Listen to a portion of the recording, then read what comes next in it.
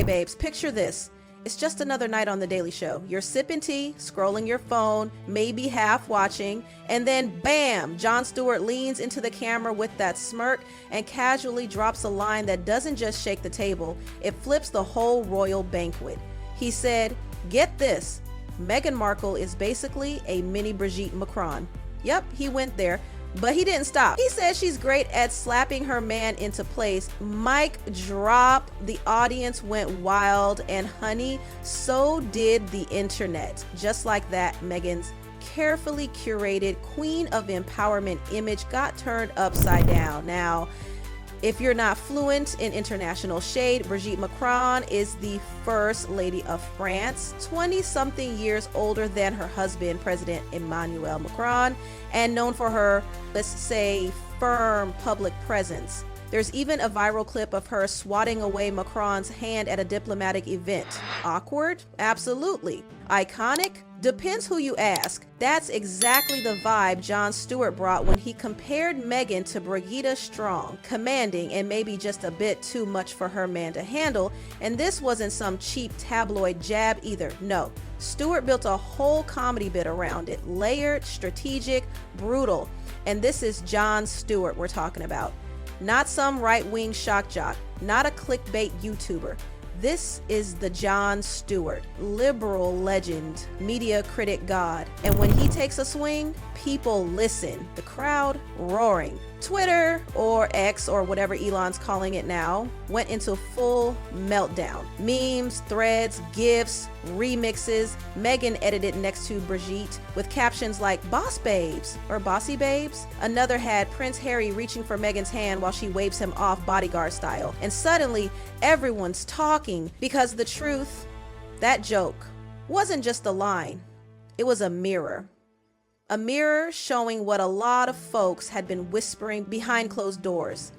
Maybe Meghan's whole modern feminist Duchess brand is starting to crack. Behind the scenes, chaos. Sources say Meghan lost it, like full meltdown, screaming at staff, phone slammed down, PR team scrambling like it's DEFCON 1. She reportedly called the joke sexist, outdated, deeply unfair. But outside the Montecito bubble, people weren't buying it.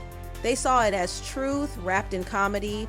And don't forget, this came on the heels of her latest podcast flop, Confessions of a Female Founder. That was supposed to be Meghan's next big thing, a platform to showcase her brains, her beliefs, her brilliance. Instead, it landed with a dull, awkward thud. Critics didn't just pan it, they laughed. Softball questions, zero substance, and more "thank you for asking" than actual answers. It felt sterile, like a press release disguised as a podcast. And guess who ripped it apart with surgical comedic precision? Yep, Jon Stewart again. He joked the show wasn't about female founders, it was about a foundering female. Cue the laughter, cue the crisis meeting in Meghan's team, cue some poor PR assistant quitting on the spot. But let's be real, this wasn't just about one joke or one show. Meghan's been riding a slow wave of backlash for months. Failed projects, awkward interviews, brand deals mysteriously dissolving, and that magical narrative that she was the fresh-faced royal rebel fighting the stuffy monarchy, it's fading fast. Jon didn't just roast her, he dragged her brand into the spotlight and under the microscope.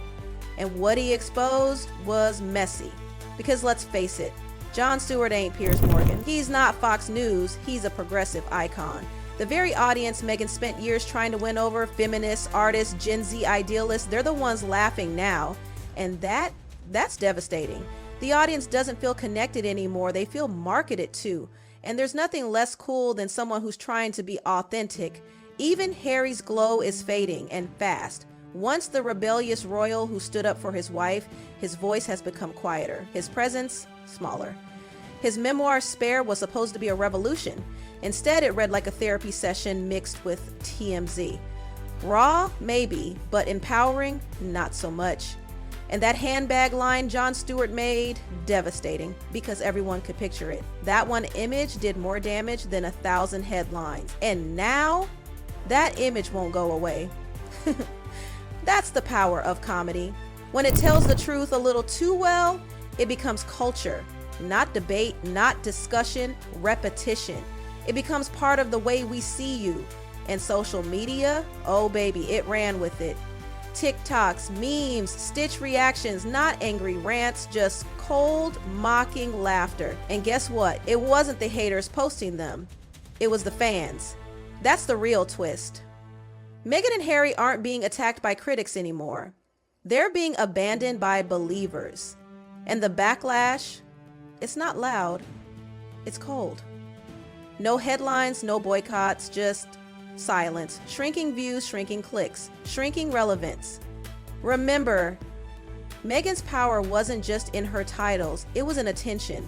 She had the world's ear, but now the world is tuning out, and that is so much worse than hate. Hate keeps you in the conversation. Indifference pushes you out of it. So, here's where things go from messy to mortifying.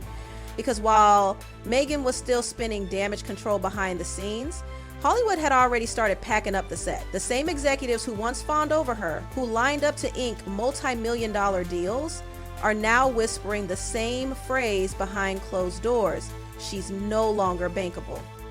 Let that sink in, because deep down, everyone sees it now.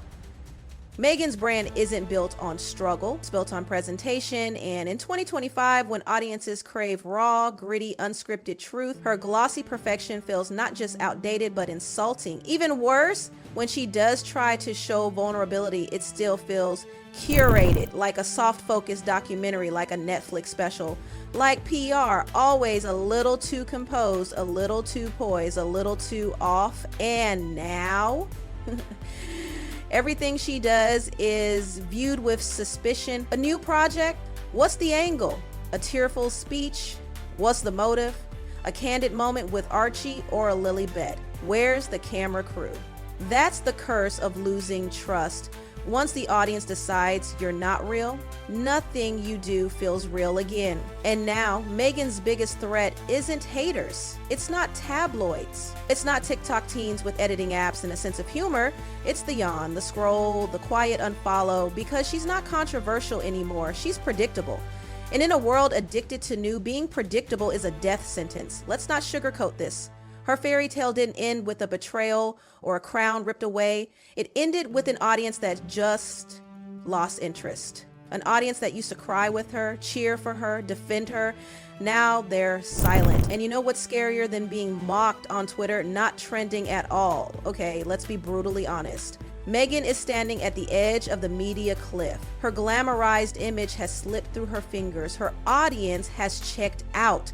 Her relevance is dangling by a thread. And baby, no amount of thank you for asking or slow motion ocean walks with Harry is going to fix that. So what can she do? There's only one card left to play, the one she's been terrified to touch, the one her entire team probably hisses at in every strategy meeting: the truth, the unfiltered, unbranded, messy, painful truth. Not another Netflix production, not a podcast with soft lighting and edited pauses. We're talking raw, we're talking ugly cry, we're talking I fumbled, I lost the plot, I forgot who I was, that kind of truth. Because here's the reality, you can come back from overexposure. You can even come back from being the butt of every late night joke. But what you absolutely cannot come back from is fakeness that you double down on. If the world senses even a drop of insincerity in your redemption arc, it's over. Again. So if Meghan wants to survive this storm, and make no mistake, this is a storm, she has to stop spinning and start speaking. Honestly, not about being misunderstood by tabloids or mistreated by the palace or misquoted in the press. That chapter is closed. The public doesn't want to hear her blame the institution anymore. They want to hear her own herself. The over-branding, the curated authenticity, the calculated moves, the fact that she got caught up in the image machine, the fact that she maybe, just maybe, cared a little too much about being liked, the fact that she wanted to be powerful, polished, perfect, and ended up losing her personhood in the process. Because that story, that's something people relate to, especially now when we're all exhausted from image. We're tired of flawless. We want someone to fall apart and then rebuild. And Meghan, she has the perfect setup for that narrative. The girl who had it all, beauty, brains, royalty, attention, and still lost herself. If she tells that story with no ghostwriter, no soft piano music in the background, just her, maybe on a grainy Instagram live or an unedited YouTube upload, then she might just win people back. But she has to mean it. No handlers, no royal approved script, no we'll circle back to that. Just Meghan, the human, not the Duchess, not the founder, not the feminist figurehead, just the flawed woman who got consumed by the myth of herself. And let's talk about Harry. If they both want a future in public life, he needs to stop being the silent accessory. He needs to speak his truth too. Not the tabloid headlines, not the war stories, but the part where he admits he might have escaped the palace only to build a gilded cage somewhere else. That honesty, that humility, that's the only thing that might cut through the noise, because look around, the culture has changed. We don't worship celebrities the way we used to. We don't believe in untouchable icons. We want messy, we want vulnerable. We want people who fall flat on their face and then laugh about it afterward. The fairy tale is dead, babe. Long live the flawed heroine. But here's the thing. The window for that kind of pivot is shrinking fast. The longer Meghan stays silent, the more people forget. The longer she keeps up the polished Instagram posts and glossy press releases, the more people roll their eyes. The choice is hers. She can cling to the wreckage of a media strategy that clearly no longer works, or she can torch it all and rise from the ashes with a real voice and a real story. Because at this point, polish is poison. The world wants pain. They want real, they want raw. And if Meghan can give them that, even just once, she might actually start a new chapter that's hers, not one built by palace drama or PR experts. But if she doesn't, if she retreats back into silence, if she launches another overpriced project that no one asked for, if she hides behind soft lighting and wellness buzzwords, then she's not just risking her brand, she's risking being completely forgotten, because fame isn't a crown, it's a flame, and if you don't feed it with honesty, it burns out. So what did we just witness? This wasn't just a celebrity PR crisis, this was a full-blown cultural reckoning, the kind we've seen before, but never quite like this. Meghan Markle didn't fall because of one joke or one podcast or one failed Netflix pitch.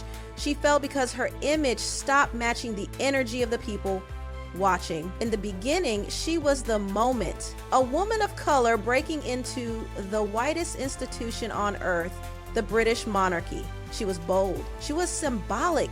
She was real, or at least she felt real. And we wanted her to win.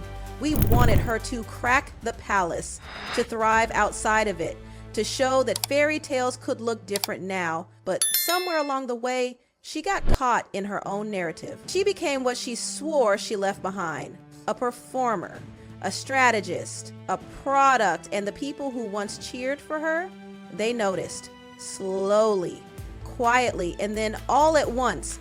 Jon Stewart's joke, that wasn't the fall, that was the moment everyone realized the fall had already happened, and suddenly the veil was lifted.